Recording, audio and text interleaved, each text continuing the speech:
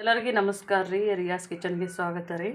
ಇವತ್ತು ನೀವು ನೋಡ್ತಾ ಇರ್ಬೋದು, ನಾನಿಲ್ಲಿ ಒಂದು ಅರ್ಧ ಕೆ ಜಿಯಷ್ಟು ಬದನೆಕಾಯಿ ಈ ಥರ ರೌಂಡ್ ಶೇಪಲ್ಲಿ ಈ ಒಂದು ಸೈಜಲ್ಲಿ ನಾನಿವಲ್ಲಿ ಕಟ್ ಮಾಡಿ ಇಟ್ಕೊಂಡಿದ್ದೀನಿ. ನೋಡ್ಬೋದು, ಇದು ಸಣ್ಣದು ಚಿಕ್ಕದು ಬದನೆಕಾಯಿ ನೋಡ್ಬೋದು.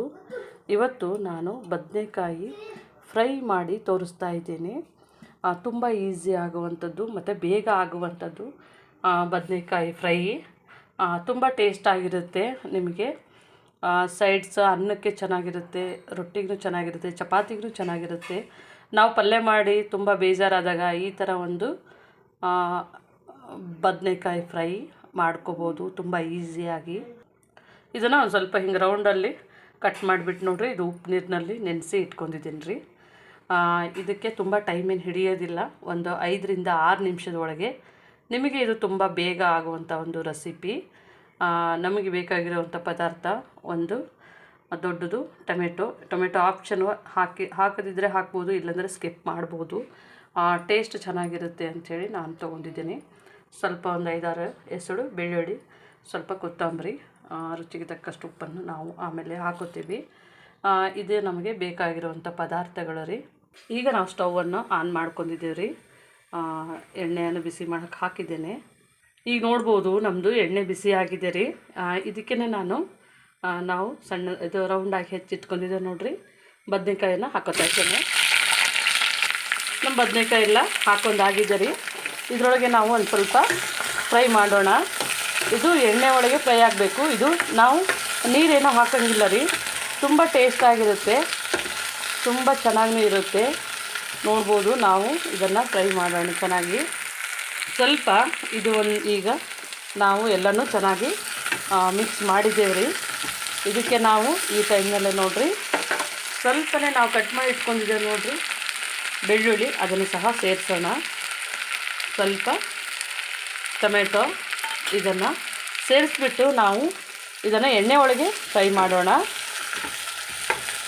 ಇದು ಸ್ವಲ್ಪ ಮೀಡಿಯಮ್ಮು ಸ್ಲೋ ಫ್ಲೇಮ್ನಲ್ಲೇ ಇಟ್ಟು ನೀವು ಫ್ರೈ ಮಾಡ್ತಾ ಹೋದ್ರಿ ನಿಮಗೆ ಗರಿಗರಿಯಾಗಿ ಮತ್ತು ಇದು ಒಳ್ಳೆ ಗೋಲ್ಡನ್ನು ಬ್ರೌನ್ ಬರುತ್ತೆ. ಇದು ಗೋಲ್ಡನ್ ಕಲರ್ ನಿಮಗೆ ಇದು ಆಗುತ್ತೆ.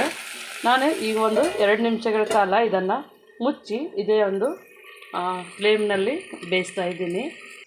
ಈಗ ನೋಡೋಣ ರೀ, ನಮ್ಮದು 2 ನಿಮಿಷಗಳ ಕಾಲ ಆಗಿದೆ. ನೋಡ್ಬೋದು, ನಮ್ಮದು ಸ್ವಲ್ಪ ಸೈಜ್ ಕಡಿಮೆ ಆಗಿದೆ. ಬದನೆಕಾಯಿದಾಗಿರ್ಬೋದು ಮತ್ತು ಟೊಮೆಟೊದಾಗಿರ್ಬೋದು. ಈ ಟೈಮ್ನಲ್ಲೇ ನಾನು ಒಂಚೂರು ಅರಿಶಿನ ಮತ್ತು ಉಪ್ಪನ್ನು ಸಹ ಹಾಕ್ತಾಯಿದ್ದೀನಿ ರೀ. ಇದನ್ನು ಹಾಕಿಬಿಟ್ಟು ಚೆನ್ನಾಗಿ ಮಿಕ್ಸ್ ಮಾಡೋಣ. ಅಂದರೆ ಇದು ನೋಡಿರಿ, ನಾವು ನೀರು ಹಾಕ್ಲಾರ್ದೇ ಇದು ಬರೀ ಆಯಿಲಲ್ಲೇ ನಾವು ಈ ಥರ ಫ್ರೈ ಮಾಡ್ಕೊಂಡ್ರೆ ಒಳ್ಳೆ ಒಂದು ಟೇಸ್ಟ್ ಬರುತ್ತೆ. ನೋಡ್ಬೋದು ನಮ್ಮದು. ಈಗ ನಾವು ಇದನ್ನೆಲ್ಲ ಚೆನ್ನಾಗಿ ಮಿಕ್ಸ್ ಮಾಡಿದ್ದೇವೆ ಕಣ್ರಿ. ಇದು ಕೆಳಗಡೆ ಮತ್ತು ಮೇಲೆ ನಾವು ಇದನ್ನು ಇದೇ ಥರನೇ ನಾವು ಇನ್ನೊಂದು ಸ್ವಲ್ಪ ಬೇಯಿಸೋಣ. ನೀವು ನೋಡ್ಬೋದು, ನಮ್ಮದು ಈಗ ಒಂದು 3/4% ನಮ್ಮದು ಬದನೆಕಾಯಿ ಬೆಂದಿದೆ. ಈಗ ಇದೇ ಟೈಮ್ನಲ್ಲೇ ನೋಡಿರಿ, ನಾನು 1 ಸ್ಪೂನಷ್ಟು ಅಚ್ಚ ಖಾರದ ಪುಡಿಯನ್ನು ಹಾಕ್ತಾಯಿದ್ದೀನಿ ರೀ. ಯಾಕಂತಂದರೆ ಇದು ನಂದು ಬ್ಯಾಡಗೆ ಮೆಣಸಿನ್ಕಾಯಿ ಇದೆ, ನೀವು ಖಾರ ನೋಡಿ ಹಾಕೋಬೋದು. ನಿಮಗೆ ಖಾರದ ಪುಡಿ ಬೇಡ ಅಂತಂದರೆ ಹಸಿ ಮೆಣಸಿನ್ಕಾಯಿ ಬರ್ತದೆ ನೋಡಿರಿ, ಅದನ್ನು ಸಹ ನೀವು ಹಾಕೋಬೋದು. ಫಸ್ಟಿಗೆ ನಾವು ಇದು ಹಾಕ್ತೀವಿ ನೋಡಿರಿ, ಟೊಮೆಟೊ ಮತ್ತು ಬೆಳ್ಳುಳ್ಳಿ. ಆ ಟೈಮ್ನಲ್ಲಿ ನೀವು ಹಾಕ್ಬೋದು. ನೋಡ್ಬೋದು, ನಮ್ಮದು ಬದನೆಕಾಯಿ ಗೋಲ್ಡನ್ ಬ್ರೌನು ಆಗಿದೆ. ಈಗ ನಮ್ಮದು ಬದನೆಕಾಯಿ ಆಲ್ರೆಡಿ ಕಂಪ್ಲೀಟು ರೆಡಿ ಆಗಿದೆ. ನಾವು ಕೊನೆಯದಾಗಿರಿ ಇವಾಗ ಕೊತ್ತಂಬರಿ ಸೊಪ್ಪನ್ನು ಹಾಕೋಣ. ಇಷ್ಟು ಹಾಕಿದ್ರೆ ಸಾಕು ನೋಡ್ರಿ. ನಿಮಗೆ ಒಂದು 5 ನಿಮಿಷದಲ್ಲಿಯೇ ಈ ಒಂದು ಬದನೆಕಾಯಿ ಫ್ರೈ ನಿಮಗೆ ರೆಡಿ ಆಗುತ್ತೆ.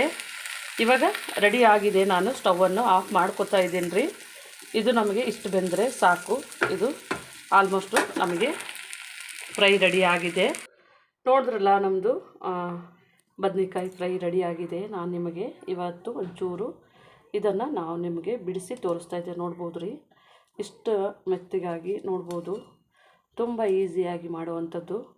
ಇಲ್ಲಿ ನೋಡಿರಿ, ನಮ್ಮದು ಫುಲ್ಲು ಗೋಲ್ಡನ್ ಬ್ರೌನ್ ಆಗಿದೆ. ಈ ಥರನೇ ನೋಡಿರಿ, ನಾವು ತೆಳು ಕಟ್ ಮಾಡಿದ್ರೆ ಈ ಥರ ತುಂಬ ಚೆನ್ನಾಗಿ ಒಳ್ಳೆ ಟೇಸ್ಟ್ ಇರುತ್ತೆ. ನೋಡಿದ್ರಲ್ಲ ನಮ್ಮದು ಬದನೇಕಾಯಿ ಫ್ರೈ ತುಂಬ ಈಸಿಯಾಗಿ ಮಾಡುವಂಥದ್ದು. ಎಳೆ ಬದನೇಕಾಯಿ ಇತ್ತು ಅಂತಂದರೆ ತುಂಬ ಚೆನ್ನಾಗಿ ಆಗುತ್ತೆ. ನೀವು ಮನೆಯಲ್ಲಿ ಇದೇ ಥರನೇ ಮಾಡ್ಕೊಳ್ಳಿ. ನಮ್ಮ ಚಾನಲನ್ನು ಸಬ್ಸ್ಕ್ರೈಬ್ ಮಾಡಿ, ಲೈಕ್ ಮಾಡಿ, ಶೇರ್ ಮಾಡಿ. ನಮ್ಮ ವಿಡಿಯೋನ ನೋಡಿದ್ದಕ್ಕಾಗಿ ಧನ್ಯವಾದಗಳು.